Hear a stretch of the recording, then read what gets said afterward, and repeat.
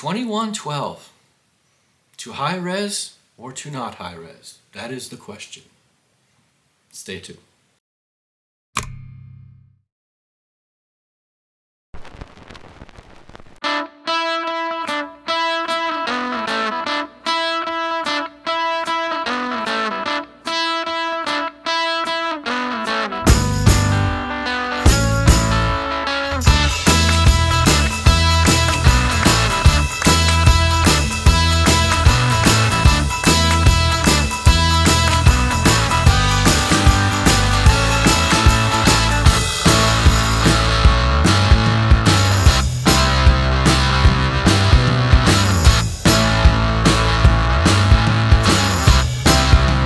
Rush 2112. Okay, let's go back a little bit.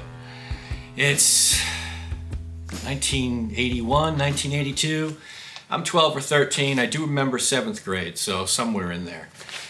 And I'm getting on my 10-speed bike and I'm gonna ride down to a buddy's house. Hadn't been to his house before. It was a big adventure for me.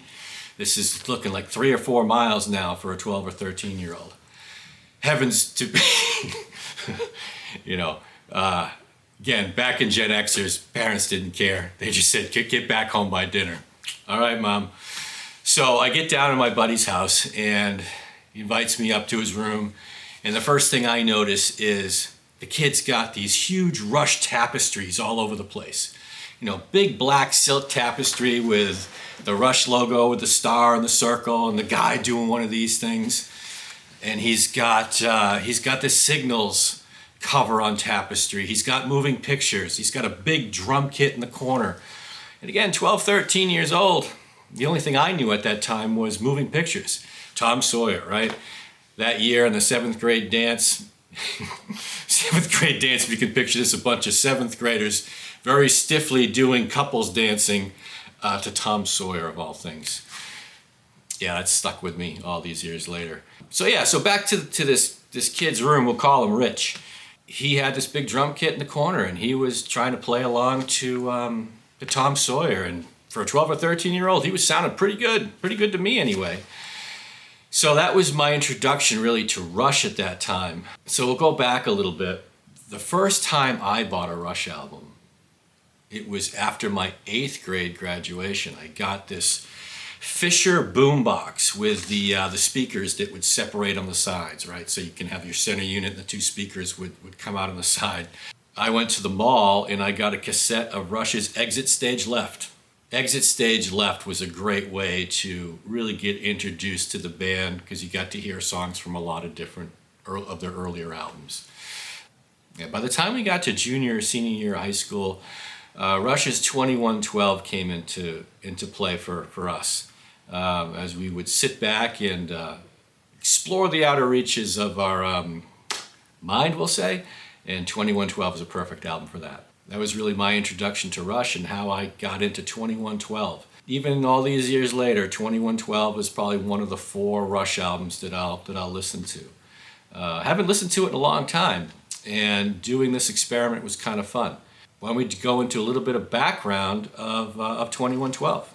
In January of '76, Rush just finished their 75-76 tour to support the Caress of Steel album, which had come out in 1975. Couple things to note about this one. It didn't go well, we'll say. In fact, after the tour was over, Geddy Lee had said that the band could not understand the underwhelming response and later dubbed the tour the, quote, Down the Tubes tour. They struggled to meet their $125 a week salary while crowds declined, he was saying. And then Lee added, that really shakes your confidence. We were so confused and disheartened. In 1980, Alex had stated, who had formed the band in 1968, said this was the only time in history where he was having doubts about giving up on the band altogether. It was stated that at this time, they had talked to their management about giving them one more chance. They were going to double down on the progressive rock nature of this by telling a story instead of just going back to their they're not their long past, but their past with some more of the hard rock songs, like they did on their first album in particular, and then Fly By Night as well. So these guys are still going to go down this path of 2112. that would later become, one of the best progressive rock albums of all time. This was their 4th studio album, and it was released in March of 1976 by Anthem Records. It reached number 5 in Canada and became the band's commercial breakthrough in the United States, reaching number 61 at that time. This album actually is really, I think, propelled Rush. If this album had failed like the previous album, maybe Rush wouldn't have existed. So a lot was riding on this album. The producer on this album was a person by the name of Terry Brown. He assumed his role as producer, and he actually operated the 24-track recording machine, which was a Studer 24-track recording machine. Alex plays a 1968 Gibson ES-335 for the majority of the tracks, with some lead parts being played on his Gibson Les Paul Standard. For the acoustics, he plays a 12-string Gibson B45 and a 6-string Gibson Dove. His amps that he was using at the time was the Fender Super Reverb and a Twin Reverb. A section of the, quote, Discovery features a Strat that Alex had borrowed from a friend, evidently. Geddy used his Rickenbacker 4001 bass with a stereo output. A bit more on the commercial performance of this album. 2112 was released in March of 1976 on vinyl, 8-track, and cassette tape. It received strong promotion from Polydor, which was the distributor for Mercury Records at the time. It became Rush's 2nd album after Fly By Night to enter the top 10 on the Canadian albums chart, peaking at number 5. In the US, like I said earlier, it peaked at number 61. It was the first time they cracked the US top 100. All right, how does it sound?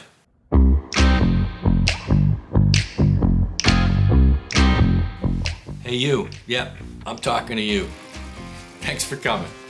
If this is your first time here, excellent. I'm glad you found the channel. If you are a repeat offender and you've come back to the channel several times since, you may want to have your head checked, but thank you very much as well for showing up. Hey, this has been fun for me. I'm trying to get this video out to as many people as I can. If you could kindly hit that like button, I'd really appreciate it. If you want to hit that subscribe button too, that would certainly help me out. It would help get this video out to more people who previously haven't seen it. Maybe it'll hit that YouTube algorithm. That's it, everybody. Appreciate it. Now continue on with the 2112 episode. Take care. So how does it sound? In this case, the 16-bit is a RIP CD that I've got loaded up on the computer. The 24-bit is a file that I downloaded from HDTracks. Both are going through the USB cable from the computer into the Denafrips Aries 2 DAC, and then out to the Rotel A11 Tribute amp, and then out these Wharfdale Denton 85th Anniversary Edition speakers. The 16-bit is a bit more in your face when you turn it on, not just that the volume was 6 dBs louder, but everything was just kind of pushed up in the soundstage. Wasn't getting a lot of depth there. I was getting some image separation, certainly from side to side, and that was good. The overall soundstage was pretty good. It was about 2 to 3 feet left or right of the speakers, and about 2 to 3 feet, more closer to 3 feet, a center image. It was a good listening experience. You know, if this is an album that you're getting for the first time, or perhaps you enjoy listening to, or you just want to have it on in the background, the 16-bit's gonna be just fine for you. So it's actually gonna be a pretty good listen. Moving to the 24-bit, however, though, you do get that bigger soundstage. So instead of 2 to 3 feet, you're getting about a 3 to 4 feet left or right of the speakers, and you're getting about a 3 to 4 feet in height in that center image. Not miraculously bigger than the 16-bit, but just a little bit bigger. Really, the main differences between the two, you're going to get more texture, more image separation defined in that space within that holographic image when you close your eyes. I said that the 24-bit has more depth to it, and it also has more realism to it. So, did have a few things more going on. It was a bit more complex. With the 24-bit, you can hear a little bit more into the music than you can with the 16-bit.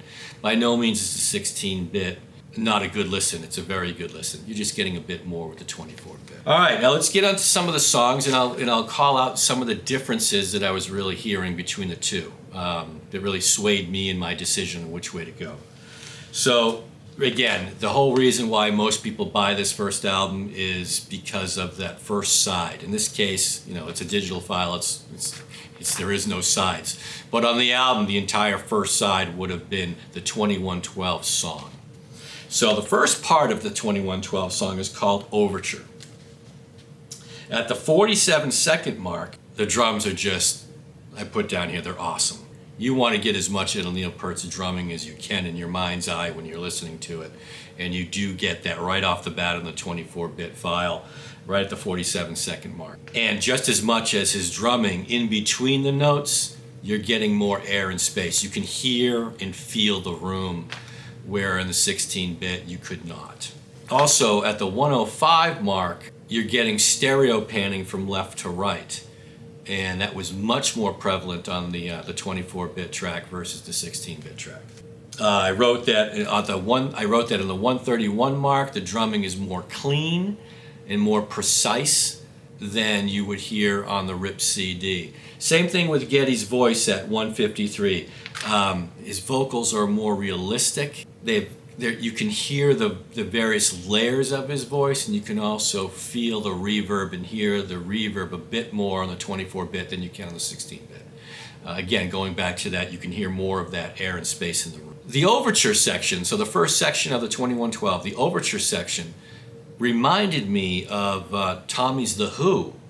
Ironically, their first song on side one is called Overture as well.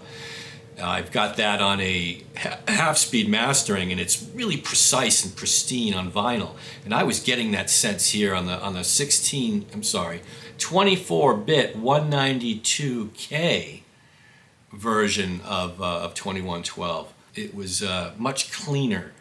I was getting out of the 24-bit, and it did. It reminded me of the Who's Tommy. Okay, so as we roll out of the overture, the second part of that is Temples of Syrinx, and I just put it's more powerful. You're getting more dynamic range. It's just more powerful. Better listening on the 24. As we get into the third section called Discovery, that section where you hear the water flowing and bubbling, that streamer river, and then the guitar being tuned. Right, that section felt like the bubbling brook was right in your room. The guitar tuning, you can hear the harmonics much more with the 24-bit, where you couldn't really hear it as much on the 16. Basically, you're getting a much more realistic experience in your room with the 24-196 versus the RIP CD. What I also put here is that you're getting more of the frequencies that you can hear. And that's to be expected, right? You're getting more data out of the file. In the fourth section of 2112, the song is called Presentation. I just put wow. At the 10:15 mark, it's much more nuanced. Neil's drumming and Geddy's vocals are more precise. You can pick them out in space more than the RIP CD. A better overall experience there. And that rolls right into the fifth section, which is called Oracle the Dreamer. And at the 13:57 mark, I wrote, the guitars are dripping with reverb. It's a lot of reverb. You're swimming in it, and it fills the room. You definitely did not get that same experience on the RIP CD version. That rolls right into the sixth section of this song called Soliloquy. And I just put more goodness. Had a nice smile on my face, and I was really enjoying this 2112 song at this point. Especially by the third time I listened to it, where I wasn't taking any more notes. I was just really digging this first half of this album. You get into the final section called the Grand Finale, and at the 1820 mark, big smile comes across my face. You're getting some outstanding aggressive tones from Alex's guitar at this point. Again, more edgy, more distinct, more texture, as I stated earlier on in the review. You're hearing things a little bit sooner in the 24-bit than the 16-bit. I know it's hard to articulate. Again, being more precise, more hard-edged, you're picking things up a little bit sooner in that 24-bit version. And then, of course, it ends, the whole first side ends with, we have assumed control, we have assumed control. And man, was I glad that I listened to the first half of this thing again. This was great. Brought me back to being a kid. I haven't listened to this album probably front to back since geez, maybe college. It's been a while. But boy, am I glad I did for this. This is a lot of fun. All right. Now, if you had the record, you'd flip on side 2. In this case, the second song is called A Passage to Bangkok. And where I put I put the 16-bit as a blunt instrument, the 24-bit file is a precision instrument. You know, think of instead of using a mallet, you're using a surgeon's scalpel. 24-bit was just more precise. The guitar solo at 153. It's the first time I thought about this listening to the album. Again, it's not a very holographic album. Has great image, it has great instrument separation left to right, don't get me wrong. But again, you're not getting that immersive experience. But in this case, at the 153 mark, the guitar solo was very 3D.